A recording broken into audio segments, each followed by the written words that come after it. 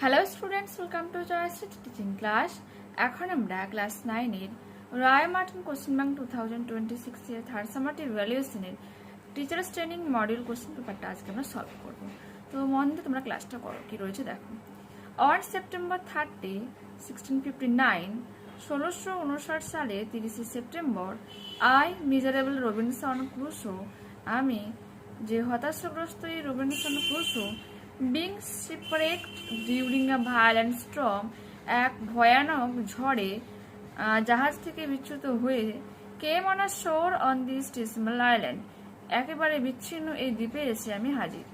I call it the island of despair, আমি এর নাম দিয়েছি হতাশার দ্বীপ। আই ওয়াজ অলমোস্ট টায়ার্ড, আমি পুরোপুরি মারাই গিয়েছিলাম। And the rest of my ships company was drowned, এবং আমার যে জাহাজের সমস্ত সহপাঠীরা তারা ডুবে গিয়েছিল। I had neither food, house nor clothes, আমার কাছে কোনো খাওয়ার ছিল না, ঘর বাড়ি ছিল না, পোশাকও ছিল না। আই ফিয়ার, আমি ভয় পেয়েছিলাম। I would be devoured by wild beasts, আমাকে খেয়ে নেবে কোনো হিংস্র পশু জন্তু। হোয়েন নাইট কেম, যখন রাত আসে, I slept in a tree for fear of wild creatures, বলছে বন্য জীবজন্তুদের ভয়ে আমি গাছেই শুয়েছিলাম। ইট রেইনড অল নাইট, সারা রাত ধরে এখানে বৃষ্টি হয়েছিল। The rain continued through the next day with gusts of wind, পরের দিনও ঠিক তেমনভাবে বৃষ্টি হয়, তার সাথে তীব্র ঝড় বয়, বাতাস বয়। Only a wreck of my ship was to be seen at low water, কিছুটা কম জলে আমার জাহাজের কিছুটা অংশ দেখা যাচ্ছিল। I swam to the wreck to rescue, আমি সাঁতরে যাই সেই জাহাজের কাছে রক্ষা করার জন্য। And secure for my survival some food and other provisions, এবং নিরাপদ করে নেই কিছু খাবার এবং অন্যান্য প্রয়োজনীয় জিনিসপত্রগুলো। I was able to collect some wood, cable, string, a knife, a nails and a gun. আমি সক্ষম হয়েছিলাম কিছু কাঠ, কিছু কেবল, স্ট্রিংস, একটা ছুরি, পেরেক এবং একটা বন্দুকও সংগ্রহ করতে।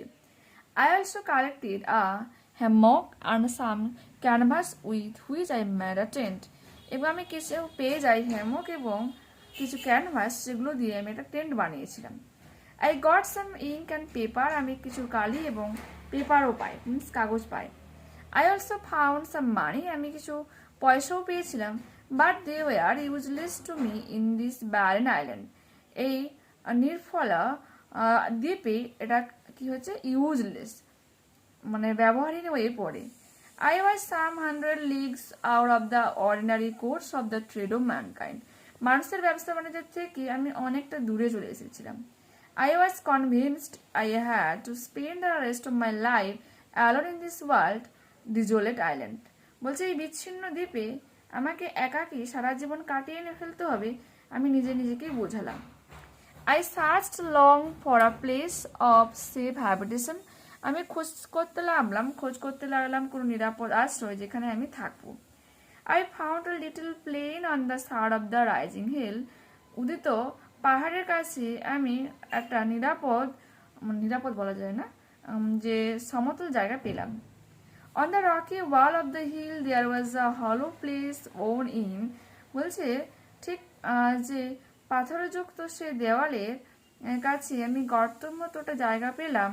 Like the entrance to a cave, একটা গুহায় প্রবেশের মতো। On the flat of the green just before this hollow, এবং শুরু হয়ে যায় সবুজ ঠিক ওই গর্তের কাছে। I resolved to pitch my tent, সেখানেই আমি আমার তাঁবুটা খাটালাম। I cut the wood, I collected into sticks, আমি সংগ্রহ করলাম বা আমি কেটে ফেললাম সেই সমস্ত কাঠগুলোকে যেগুলো দিয়ে আমি লাঠি বানিয়েছিলাম। I drove them into a ground in a semicircle around my tent, এবং আমার টেন্টের মিন্স আমার তাঁবুর চারপাশে সেমিসার্কেল ওয়েতে বা অর্ধবৃত্তাকার ওয়েতে আমি সেটাকে সাজালাম। The sticks stood 6 inches apart from each other, এবং একটা লাঠি একে অপরের থেকে 6 ইঞ্চি দূরে ছিল। I put the cables I had rescued from the ship around the sticks in the manner of a fence, এবং আমি কেবল তারকে জড়িয়ে দিয়েছিলাম যেগুলো আমি উদ্ধার করেছিলাম জাহাজ থেকে, এবং এটা একটা বেড়ার মতো আমি বানিয়েছিলাম। কার চারপাশে জড়িয়েছিল? সেই লাঠিগুলো চারপাশে। I used a short ladder to go over the fence, এবং আমি ইউজ করেছিলাম ছোট্ট একটা মই সেই বেড়ার উপরে যাওয়ার জন্য। Once and I went through the ladder after me so that I was completely fortified against the world outside. এবং আমি তুলে নিতাম সেই মইটাকে যাতে আমি সম্পূর্ণভাবে এই জগৎ থেকে আলাদা হতে পারি। Into this tent I brought all my stores and provisions. এবং এই টেন্টের মধ্যে আমি রেখেছিলাম আমার সমস্ত সংগ্রহ করা প্রয়োজনীয় জিনিসপত্রগুলো। Take the correct answer from the given alternatives. Robinson Crusoe went to that island in the year 1659. Option number B correct উত্তর। 1659 সালে তিনি এই দ্বীপে গিয়েছিলেন। He feared that he would be killed by, সে ভয় পেয়েছিল যে কার দ্বারা হত্যা হয়ে যেতে পারে? wild beasts, বন্য পশুজন্তু দ্বারা।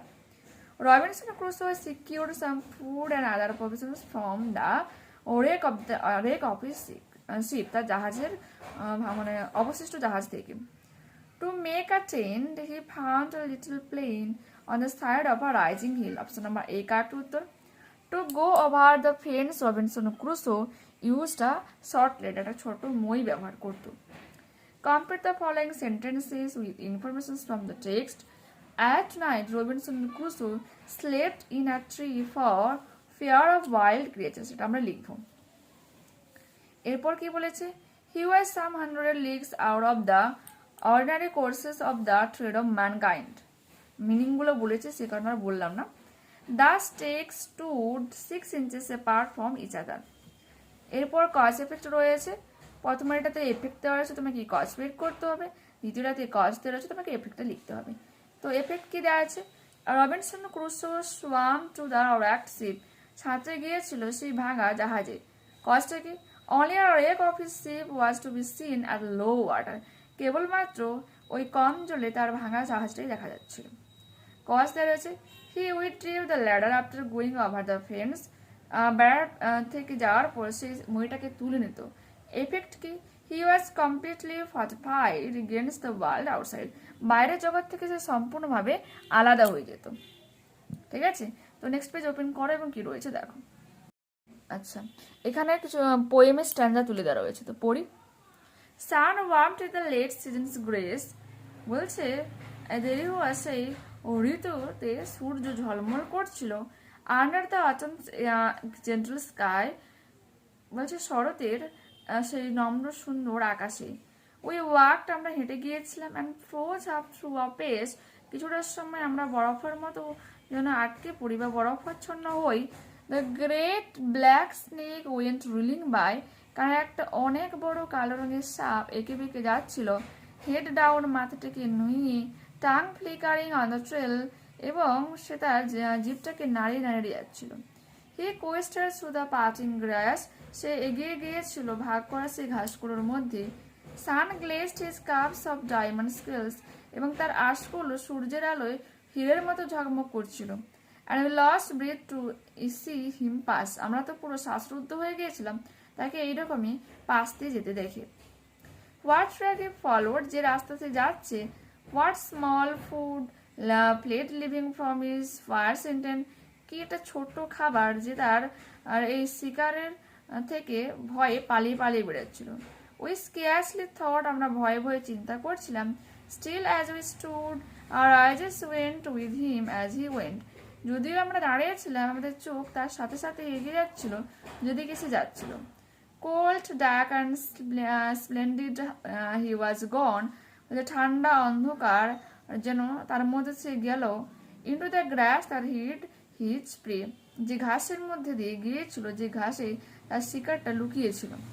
We took a deeper breath of day, আমরা সেদিন নিয়েছিলাম দীর্ঘশ্বাস। Looked at each other and went on, একে অপরের দিকে তাকিয়েছিলাম এবং এগিয়ে গিয়েছিলাম। Take the correct alternate answer from the given alternatives. The poet and her companions were walking under the gentle sky in autumn. Option number C correct উত্তর। The color of the snake was black, সাপের রংটা কালো। Option number A correct উত্তর। The snake moved through the grass, ঘাসের মধ্যে দিয়ে গিয়েছিল সাপটা, তো অপশন নাম্বার ডি কারেক্ট উত্তর হয়ে যাচ্ছে। In the sunlight, সূর্যের আলোয়, the scales of the snake glittered like diamond, হীরের মতো ঝকমক করছিল। Answer the following questions. Why did the poet and her companions lose their breath? ওটা আমি খাতাতে লিখেছি, দেখো। The poet and her companion lost their breath because a great black snake went rolling by, head down and tongue flickering on the trail, which filled them with sudden awe and shock. ওকে, দেখে না ভালো করে। Next প্রশ্ন কি রয়েছে? What did the poet scarcely think? ভয় পেয়ে কবি কি চিন্তা করছিল?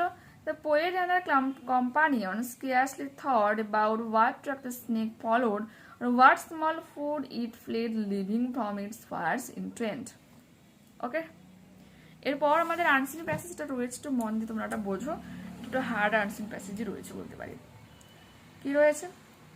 IRANSS IE, the fifth satellite of the Indian Regional Navigation Satellite System, IRNSSIE, বলছে এই যে মানে Indian regional navigation satellite system IRNSIE এর 5ম নম্বর স্যাটেলাইট হলো IRNSS-1E, উইল বি লঞ্চ, যাকে লঞ্চ করা হবে on board the polar satellite launch vehicles PSLF-C31।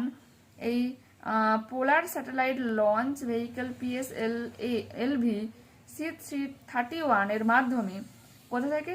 From the space port of Sriharikota on January 20, 20 January শ্রীহরিকোটার স্পেস পোর্ট থেকে। IRNSS-1E is scheduled for launch at 9:30 a.m. from the second launch pad at the Satish Dhawan Space Center at Sriharikota. শ্রীহরিকোটার Satish Dhawan space সেন্টারের second launch pad থেকে 9:31 এটাকে launch করার কথা রয়েছে। About 100 কিমি ফ্রম চেন্নাই, চেন্নাই থেকে 100 কিমি দূরে সিডি headquarter Indian space research organization said today. কোথা থেকে? যে তোমার Indian space research organization means ISRO এটা আজকে বলেছে।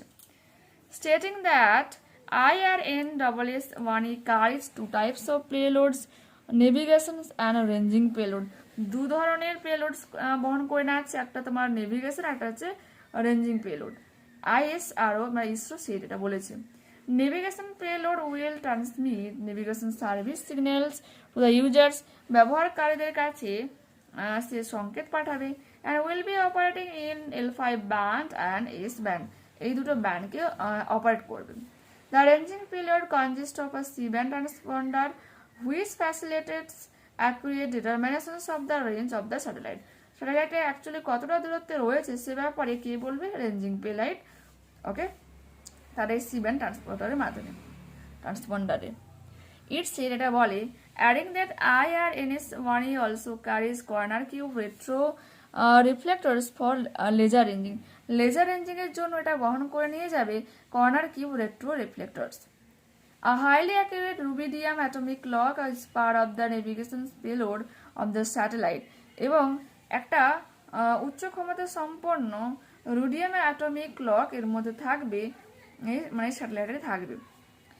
IRNSS-1E is the fifth navigation satellite of the 7 satellite constituting the IRNS space segment। বলছে এই IRNSS মধ্যে 7টা স্যাটেলাইটের মধ্যে 5 নম্বর হলো IRNSS-1E and has a lift of mass of 1425 kg এবং 1425 কেজির মতো ভার বহন করে নিয়ে যায়। Its configuration is similar to that of its predecessors IRNSS-1A, 1B, 1C, 1D, এবং এর গঠন বিন্যাস এর পূর্বসূরি IRNSS-1A, 1B, 1C, 1D এর মতোই একই রয়েছে। ISRO satellite centre ISAC Director M. Andorai had earlier said all 7 satellites of IRNSS are expected to be in the orbit by March 2016, এবং এই ইসরো তার ডাইরেক্টর যে আন্নাদুরাই আগেই বলেছে যে সমস্ত স্যাটেলাইট মিন 7টা স্যাটেলাইট IRNSS এর যেগুলো 2016 মার্চে কক্ষপথে প্রবেশ করবে বলে আশা করা যায়।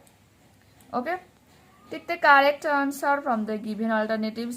IRNSS 1 will be launched on January 20. Option number D correct উত্তর। IRNSS 1 is scheduled for launch at 9:30 am. B উত্তর correct হয়ে যাচ্ছে। Satish Dhawan Space Center is at Sriharikota. Option number C correct উত্তর। IRNSS 1 is the satellite of 5th navigation. তো এখানে option number B correct উত্তর হয়ে যাচ্ছে। এরপর কি রয়েছে দেখো, question number 5, IRNSS 1 has a lift of mass of 1425 kg. The number of satellites which are expected to be in the orbit by March 2016 is 7. 7টা হচ্ছে নেভিগেশন। ওকে, আচ্ছা আসতে পারে, অল 7, 7টাই বলেছে। এবার ট্রু ফলস রয়েছে, কি বলেছে, ISRO said that IRNSS 1 carries 4 types of payload navigation. তো ফলস, কারণ আমরা 2 টাইপস অফ অলরেডি পড়ে নিয়েছি। তো এখান থেকে এখান পর্যন্ত লিখবে এবং দেখতে পাবে যে এই পোর্শনটা এখানে আছে 2 টাইপস অফ রিলেট। এটা নিয়ে ইসরো said এখান পর্যন্ত লিখলে হবে। এরপর বলেছে navigation payload will be operating in L6 band and S band. এটাও হয়ে যাবে ফলস, সেম ওখান থেকে তোমার রয়েছে, এখান থেকে করবে L5 ব্যান্ড আর S ব্যান্ডটা ক্যারি করেছে, এখান থেকে এতখানি হয়ে যাবে। বা তোমরা যদি শর্ট করতে চাও, সামনের কোন ডট ডট ডট ডট দিয়ে যাবে, তাহলে will be operating in L5 band and S band বলে এখানে ডবল ইনভার্টেড কমের মধ্যে রাখবে পুরো অংশটাকে। যে অ্যান্ডের না লিখে অ্যান্ডের জায়গায় ডট ডট ডট করে উইল বি অপারেটিং এটা লিখতে পারে ছোটো করে। কারণ আমি পোর্শনটা দ্বারা বুঝে দিলাম যে L5 band not L6 band. ওকে, এরপর স্টেটমেন্ট রিজন রয়েছে, দেখাচ্ছি তোমাদের। The ranging payload consists of a C-band transponder. Reason কি, আচ্ছা এখানে হ্যান্ড রাইটিং বুঝতে পারো না আমি জানি, উপরে ক্লিয়ারভাবে লিখে দিয়েছি। It facilitates accurate determinations of the range of the satellite. Okay, IRNSS 1 carries corner cube retro reflex. It is used for laser ranging. Full stop Dev.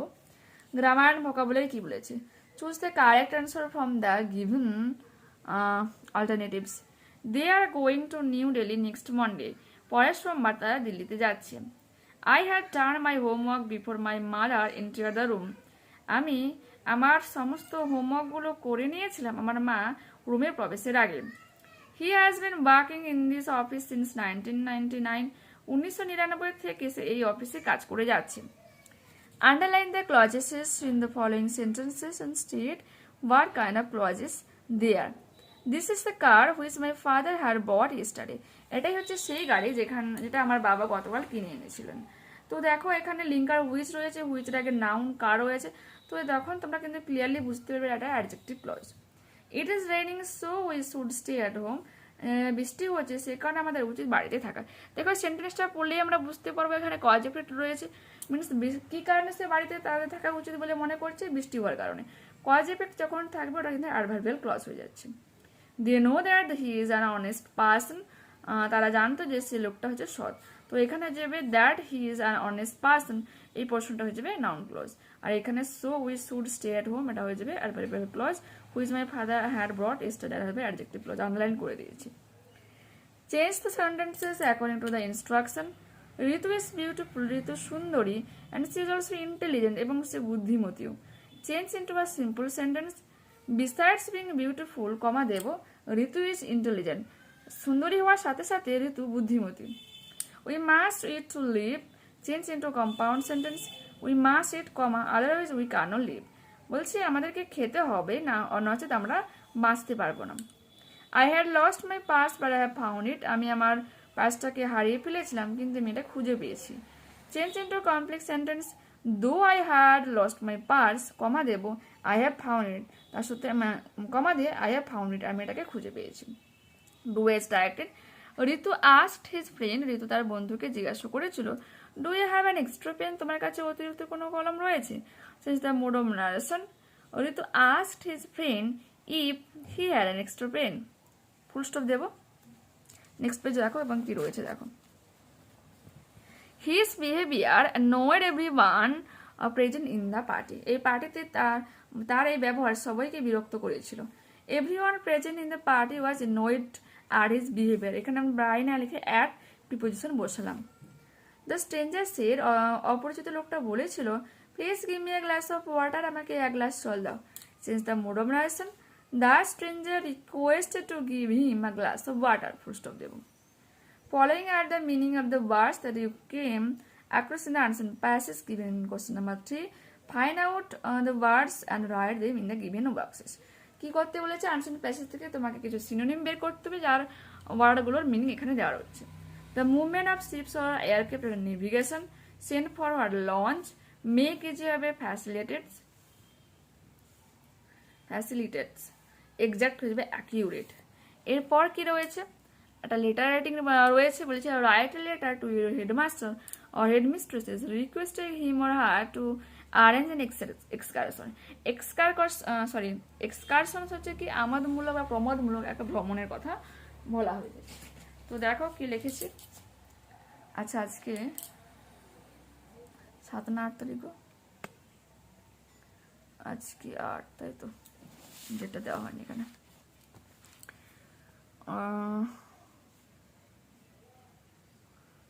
0806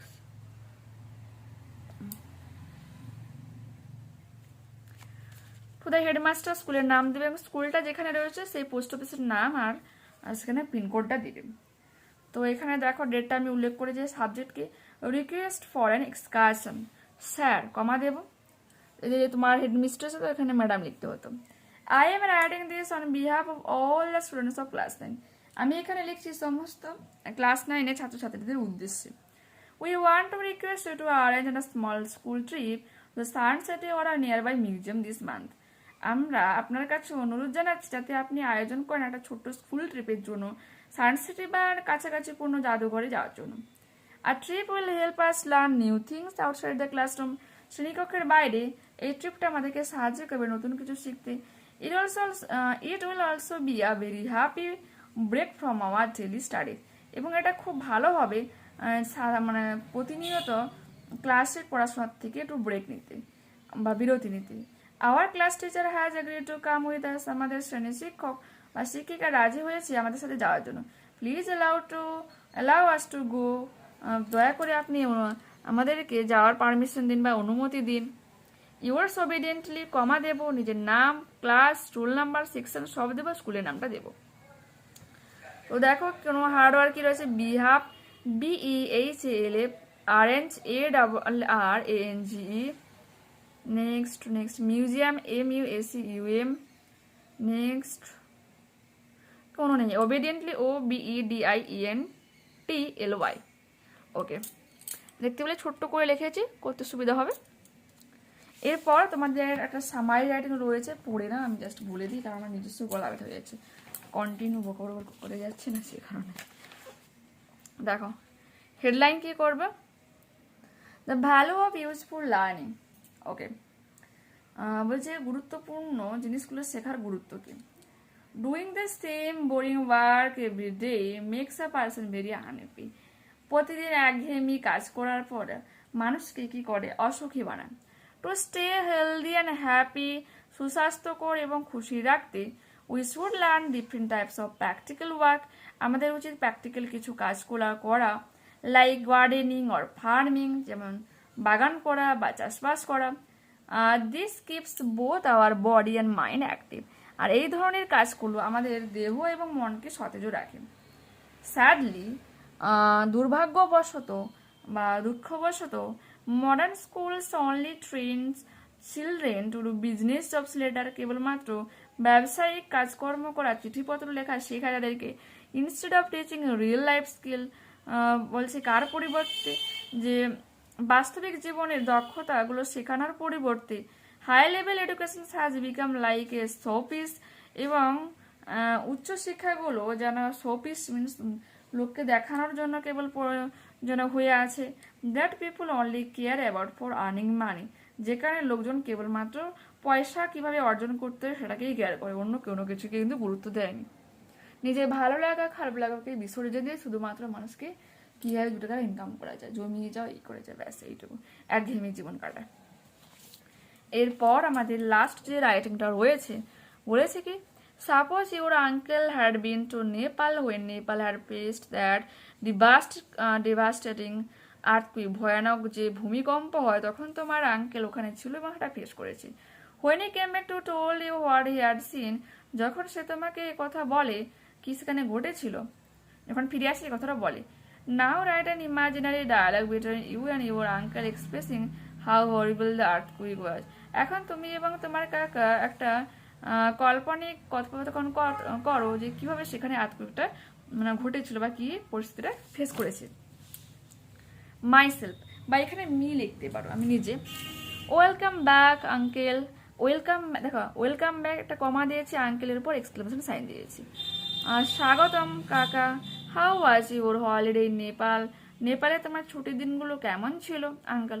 O it was very scary, এটা খুবই ভয়ানক ছিল। A terrible earthquake hit Nepal while I was there, এক ভয়ানক ভূমিকম্প হয়ে গিয়েছিল নেপালে, বা নেপালে আঘাত এনেছিল যখন আমি ওখানে ছিলাম। Myself, oh no, did the house a shake, আচ্ছা বলছে না সত্যি ঘর বাড়ি কি পুরো কেঁপে উঠেছিল? আঙ্কেল, ইয়েস, দ্য গ্রাউন্ড শুক so hard that many big buildings and old temples broke down. বলছে মাটি এতটাই বা ভূমি এতটাই কেঁপে উঠেছিল যে নিচের যে উঁচু উঁচু যে বিল্ডিংগুলো ছিল সেগুলো পুরো কেঁপে উঠেছিল এবং পুরোনো মন্দিরগুলো ভেঙে গিয়েছিল। ডাউন, DOWNটা ফুল স্টপ।